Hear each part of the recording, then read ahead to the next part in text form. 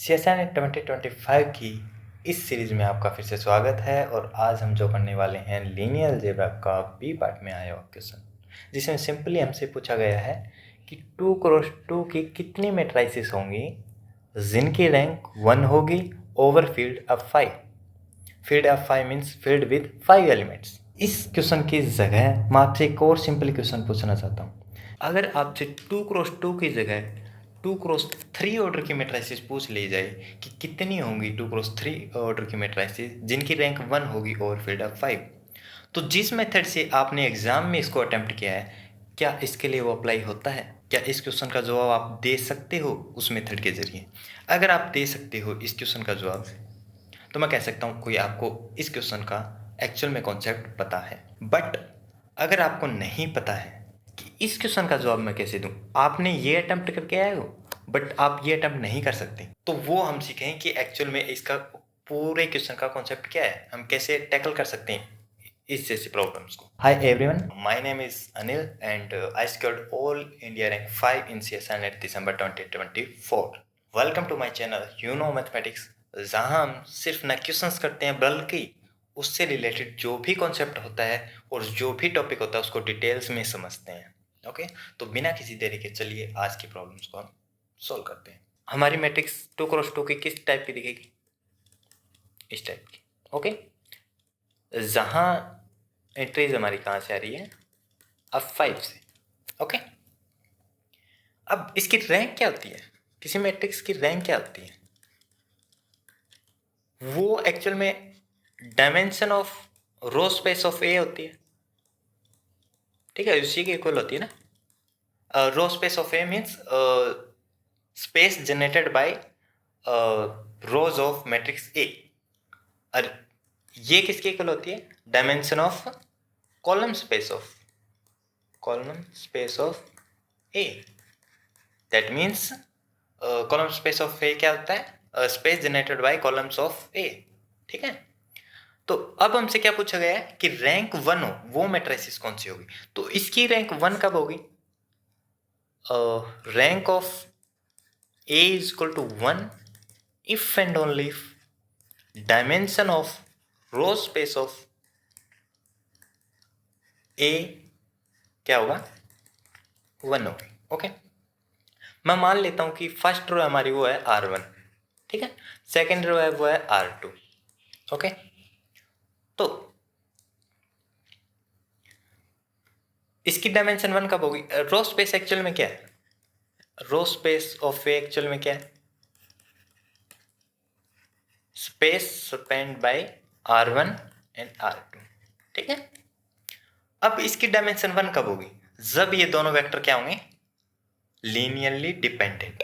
Okay, that means क्या होगा? R2 किस फॉर्म का होगा? CR1 for some C belong to अब y। Okay, if and only if. ठीक है, इफ एंड ओनली। ठीक है, तो रैंक ऑफ ए 1 होगी तो ये होगा, और ये सब होगा तो रैंक ऑफ ए क्या होगी? 1 होगी ऑब्वियसली। ठीक है, अब देखो केस फर्स्ट लो। अगर जो R1 जो फर्स्ट रो है ए मैट्रिक्स की, अगर वो जीरो वेक्टर हुआ, ठीक है, अगर ये जीरो हुआ तो ए मैट्रिक्स किस टाइप की देखिए? चलो मैं कैसे लिख देता हूँ। केस फर्स्ट, लेट जो रो है वो जीरो है, zero vector, that means zero zero form का है। ठीक है, तो ए मैट्रिक्स किस टाइप की होगी?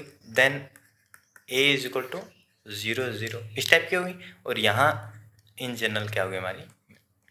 ठीक है, अब इसकी रैंक 1 कब हो सकती है? जब ये दोनों जीरो जीरो ना हो, बाकी कुछ भी हो। अब 5 से ये यहाँ से आ रहे थे ना, ठीक है, तो जीरो जीरो ये दोनों जीरो जीरो ना हो। ठीक है, अगर दोनों जीरो हुए तो इसकी रैंक 0 हो जाएगी। अगर दोनों जीरो जीरो नहीं होते हैं तो रैंक क्या होगी? इसकी 1 होगी ऑब्वियसली। ठीक है, दैट मीन्स पॉसिबिलिटीज कितनी है फिर? कितने नंबर ऑफ मैट्रिक्स बन सकती है इस टाइप की? जितनी यहाँ पॉसिबिलिटीज बन रही है इसकी। ठीक है, R2 की कितनी पॉसिबिलिटीज बन रही है? देयर आर कितनी पॉसिबिलिटीज है? यहाँ 5 आ सकता है। ठीक है, 5 एलिमेंट्स आ सकते हैं, यहाँ 5 आ सकते हैं। ठीक है, तो 25 square 25 that means 5 square total possibilities है इसके लिए, बट 0 0 नहीं हो सकते, ठीक है। तो देर आर इतनी पॉसिबिलिटीज है इस मैट्रिक्स के लिए रैंक 1 होने के लिए। There are 5 square minus 1 possibilities for A to be rank 1, ठीक है। अगर ये जो सेकेंड रो है हमारी, अगर ये नॉन जीरो है तो ऑब्वियसली ए की रैंक होगी वो क्या होगी, 1 होगी, ठीक है। तो इतनी पॉसिबिलिटीज है फर्स्ट केस में। अगर हमारा फर्स्ट रो, ठीक है, इफ फर्स्ट रो जो है मैट्रिक्स ए की अगर वो नॉन जीरो हुई, ठीक है, नॉन जीरो वेक्टर होती है, तो क्या होगा, R1 के पास फिर कितनी पॉसिबिलिटीज है, R1 किस टाइप का है, हेयर रो फर्स्ट किस टाइप की है, A11 और A12, ठीक है। और A11 और A12 कहाँ से आ रहे हैं, अब 5 से आ रहे हैं, ठीक है। और अब 5 असल में क्या है, 0 1 2 3 4, ओके, ये फील्ड है। अब इसके पास कितनी पॉसिबिलिटीज है नॉन जीरो के अलावा, R1 के पास टोटल कितनी पॉसिबिलिटीज है वो देखो। ये इनमें से कोई भी एलिमेंट हो सकता है ना, A11 कोई सा भी एलिमेंट हो सकता है, ठीक है। तो 5 hair possibilities for R1 R कितनी है, A11 इनमें से कोई सा भी नंबर हो सकता है और A12 भी, ठीक है। तो टोटल कितनी, इसके पास 5 पॉसिबिलिटीज है, इसके पास 5 पॉसिबिलिटीज है, टोटल कितनी पॉसिबिलिटीज हो गई 5 स्क्वायर, ठीक है। बट हमने क्या लिया, नॉन जीरो, नॉन जीरो तो 0 0 नहीं हो सकता, तो एक पॉसिबिलिटी जो 0 0 हो सकती थी वो निकाल ली हमने। तो R1 के पास इतनी पॉसिबिलिटीज है, ठीक है। अब फर्स्ट रो के पास ए जो मैट्रिक्स है हमारी, ठीक है, R1, ठीक है, ये R1 मीन्स ये, ठीक है, इसके पास इतनी पॉसिबिलिटीज है। अब R1 मान लो मैंने कोई पॉसिबिलिटी चूज कर ली, मान लो मैंने R1 ले ली, यहां से मैंने 2 ले लिया और 3, इस टाइप की R1, ठीक है। दैट मीन्स ए मैट्रिक्स हमारी किस टाइप की है, 2 3, ठीक है। तो R2 किस टाइप की होगी, लीनियरली डिपेंडेंट होनी चाहिए ना रैंक 1 होने के लिए, हमने स्टार्टिंग में देखा था इफ एंड ओनली, ठीक है। तो R2 इस टाइप की होगी, R2 CR1, ठीक है। तो R2 हमारी है वो है CR1, ठीक है। दैट मीन्स अगर R1 मैं एक बार फिक्स कर लेता हूँ, R1 के पास इतनी पॉसिबिलिटीज हैं, ठीक है, बट उनमें से मैं एक पॉसिबिलिटी उठा ली, वो है ये वेक्टर, ठीक है। तो कितनी पॉसिबिलिटीज है, 2 3, ठीक है। और C कहाँ से आ रहा था हमारा, अब 5 से, ठीक है। तो कितनी पॉसिबिलिटीज हो गई R2 के पास, 5 पॉसिबिलिटीज हो गई ना। अगर C 0 हुआ तो एक, C 1 हुआ तो फिर एक और, ठीक है। तो हर एक R1 फर्स्ट रो के कॉरस्पॉन्डिंग हमारे पास R2 की कितनी पॉसिबिलिटीज है, 5 पॉसिबिलिटीज है। तो इतने के पास कितनी पॉसिबिलिटीज होंगी, चलो मैं लिख देता हूँ, ठीक है, इसको मैं मिटा देता हूँ, ठीक है। एक के कॉरस्पॉन्डिंग कितनी पॉसिबिलिटीज थी R2 के लिए, 5 थी। Here possibilities for R2 is 5 for, इसको मिटा देता हूँ मैं, फॉर एज रो R1, ठीक है। हर एक R1 के लिए हमारे पास 5 R2 पॉसिबिलिटीज, R2 के लिए पॉसिबिलिटीज हो रही। तो इतने के लिए हमारे पास कितनी टोटल पॉसिबिलिटीज, मतलब total number of possibilities matrix A के लिए कितनी पॉसिबल है, ठीक है। Then total number of possibilities for matrix A to be rank 1 is in this case obviously इस सेकंड केस में, ठीक है। इस कितनी होगी, इसमें कितनी थी, R1, हर एक R1 की कॉरस्पॉन्डिंग 5 आ रही है ना R2 की। मान लो मैंने यहाँ 2 3 चूज कर लिया R1 को, ठीक है। तो इसके कॉरस्पॉन्डिंग मेरे पास R2 5 हो सकते हैं, मतलब हर रो के कॉरस्पॉन्डिंग मेरे पास 5 मैट्रिक्स आ रही हैं, ठीक है। R2 के अलग अलग लेने पे 0 0 लूंगा तो एक मैट्रिक्स आ गई, फिर 1 से मल्टीप्लाई करूंगा तो 2 3 आ गई, फिर इसको 2 से मल्टीप्लाई करूंगा तो 4 6 आ गई। 4 6 मतलब यहाँ 6 का मतलब 2 हो जाएगा, ठीक है, नहीं सॉरी 1 हो जाएगा, क्योंकि F5 में काम कर रहे हैं ना, ठीक है। तो इस तरह से हमारे पास कितनी पॉसिबिलिटीज हो रही हैं, हर एक रो के लिए 5 हो रही है ना। तो 5 स्क्वायर माइनस 1 के लिए कितनी मैट्रिसेस आ जाएंगी, हर एक के लिए, एक के लिए 5 है तो इतने के लिए इतनी पॉसिबिलिटीज हो जाएंगी। ये बात समझ में आई होगी आपको, ठीक है। अब ये टोटल पॉसिबिलिटीज हो गई ना, R1 या तो जीरो वेक्टर हो सकता है या फिर नॉन जीरो, ठीक है, सारी पॉसिबिलिटीज आ गई। Therefore from case first and second we have there are कितनी पॉसिबिलिटीज है, 5 स्क्वायर माइनस 1, चलो मैं ऐसे लिख देता हूँ इसको, we have total number of possibilities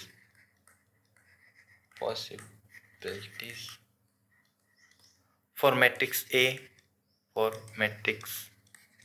A to be rank 1 is, कितनी पॉसिबिलिटीज है, फर्स्ट केस में कितनी पॉसिबिलिटीज थी ए के पास, 5 स्क्वायर माइनस 1 थी, 5 स्क्वायर माइनस 1 प्लस, अब इसके पास कितनी थी इस सेकंड केस में, 5 स्क्वायर माइनस 1 इंटू 5, और हम क्या लिख सकते हैं, 5 स्क्वायर माइनस 1 कॉमन लोगे मतलब 24 कॉमन लिया और अंदर क्या बचेगा 6, तो ये क्या आ जाएगा 144, ठीक है। तो इसका आंसर क्या हो जाएगा 144, ओके। अब मैंने ये क्वेश्चन क्यों पूछा है, ठीक है, इसका जवाब ये है कि कुछ बच्चों ने एग्जाम में इसको कैसे अटेम्प्ट किया हुआ, मैं सभी का नहीं कह रहा, बट कुछ बच्चों ने कैसे किया हुआ, 2x2 की इस टाइप की दिखेगी ना मैट्रिक्स, ठीक है। तो टोटल नंबर ऑफ सभी काउंट कर लो, 2x2 की जितनी मैट्रिसेस पॉसिबल है ओवर अ 5, वो कितनी बनेगी, ये बनेगी ना, क्योंकि हर एक पास कितनी पॉसिबिलिटी, इसके पास 5 है, इसके पास 5 है, ठीक है, 2 3 4, ओके, इतनी पॉसिबिलिटीज है। अब रैंक 1 की चाहिए, इसमें तो सभी आ गई ना, इस नंबर में सभी आ गई, जो 0 रैंक की है, जो 1 रैंक की है, जो 2 रैंक की है, ठीक है। तो 0 रैंक की क्या होगी, एक जीरो मैट्रिक्स होती है, वो सब्ट्रैक्ट कर दी मैंने, अब बची 1 और 2 की, ठीक है। अब मैं 2 की सब्ट्रैक्ट कर दूं तो 1 की तो ऑब्वियसली 1 की बचेगी ना, ठीक है। तो 2 की कितनी होगी, रैंक 2 होने का मतलब किसी मैट्रिक्स का क्या मतलब है, डिटरमिनेंट नॉन जीरो होना, ठीक है, मतलब इनवर्टिबल मैट्रिक्स होना, और इनवर्टिबल मैट्रिक्स का कलेक्शन क्या होता है, जनरल लीनियर ग्रुप और F5, ठीक है। और इसकी कार्डिनलिटी क्या होती है, और चलो पहले इसको डिफाइन कर देते हैं, ये असल में क्या होता है, डिफाइन वो मैट्रिक्स 2x2 की over F5 so that determinant of क्या होगा, नॉन जीरो, दैट मीन्स कह सकते हैं कि सभी वो कलेक्शन है जिनकी रैंक क्या होगी 2 होगी।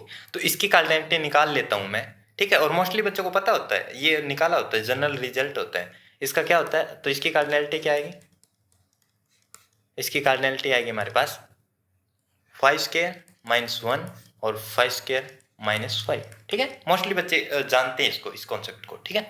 तो यहाँ फिर ये 2 की होगी ना, इसमें 2 रैंक की आ रही है, तो ये और सब्ट्रैक्ट कर देता हूँ मैं, 5 square minus 1 into 5 square minus 5, तो ये एक्सल में क्या आएगा, ये 6 to 5, ये क्या आएगा -1, और ये क्या आएगा -24 इंटू में 20, ठीक है। तो ये क्या आ गया 6 to 5 -1 -4 8, ठीक है, तो ये आ गया 144। तो मोस्टली बच्चों ने इसको ऐसे किया होगा, ये सही है, एग्जाम के पॉइंट ऑफ व्यू से बिल्कुल सही है, कोई प्रॉब्लम नहीं है, ठीक है। बट इसीलिए मैंने आपसे पूछा कि अगर आपसे ये पूछ लिया जाए 2x3 की ऑर्डर की कितनी मैट्रिसेस होगी, ठीक है, तो क्या आप इस क्वेश्चन का जवाब दे सकते हो, क्या ये मेथड अप्लाई होगा इस जगह, क्योंकि यहाँ आप ना जनरल लीनियर ग्रुप की बात कर सकते हो, क्योंकि ये किस पे अप्लाई होता है, स्क्वायर मैट्रिक्स पे, और मैंने किसके ऊपर पूछा है 2x3 के ऊपर, तो फिर ये मेथड अप्लाई नहीं हो सकता, फिर आपको इस कॉन्सेप्ट का यूज करना पड़ेगा। और अगर आपको ये कॉन्सेप्ट आता है, फिर ये 30 सेकंड का या 1 मिनट का, मैक्सिमम 1 मिनट का क्वेश्चन है, ठीक है।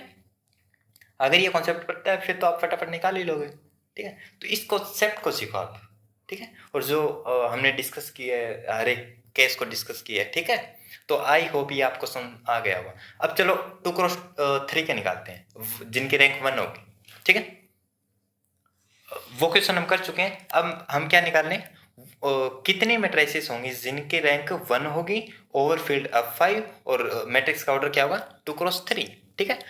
कोई जनरल मैट्रिक्स किस टाइप की दिखेगी 2x3 की, A11, A12, A13, A21, A22, A23, okay. इसको मैं फर्स्ट रो को R1 दे रहा हूँ, फर्स्ट सेकंड रो को R2 नाम दे रहा हूँ, ठीक है। तो ये एक वेक्टर है, R1 इज ए वेक्टर, ठीक है ये, ओके।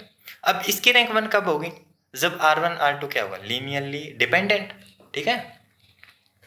दैट मीन्स हाँ, तो केस फर्स्ट सेम वही करेंगे अप्लाई। अगर R1 क्या हुआ 0 हुआ, ठीक है, R1 0, दैट मीन्स R1 किस टाइप का है, ये 0 वेक्टर है, नॉट स्केलर, ठीक है। 0 वेक्टर, 0 वेक्टर मीन्स 0 0 इस टाइप का हुआ, ठीक है। दैट मीन्स ये फर्स्ट रो क्या होगी 0, ठीक है। तो बी किस टाइप की दिखेगी हमारी 0 0 0, ठीक है। अब इसकी रैंक बी की 1 कब होगी, जब कोई भी नीचे वाले में से एंट्री नॉन जीरो हुई, कोई भी, ठीक है, तो रैंक 1 हो जाएगी ना, ठीक है। तो R2 0 वेक्टर नहीं हो सकता, अगर ये 0 0 हो गया फिर तो रैंक 0 हो जाएगी, फिर तो हमें क्या चाहिए 1 रैंक चाहिए ना। तो इनमें से कोई कुछ तो नॉन जीरो होना चाहिए R2, ठीक है, कहने का मतलब ये है, ठीक है। तो इसके पास R2 के पास कितनी पॉसिबिलिटीज, यहाँ कितनी पॉसिबिलिटीज है, अब 5 में से आ रहे हैं ना, तो इसके पास कितनी पॉसिबिलिटीज है 5, इसके पास कितनी पॉसिबिलिटीज है 5, इसके पास कितनी पॉसिबिलिटीज है 5, ये 0 नहीं है, ठीक है। इस ठीक है, पॉसिबिलिटीज लिख रहा हूँ मैं, ठीक है। तो इसके पास 5 है, इसके पास 5 है, इसके पास 5 है, तो टोटल नंबर ऑफ कितनी पॉसिबिलिटीज हो गई, इतनी हो गई।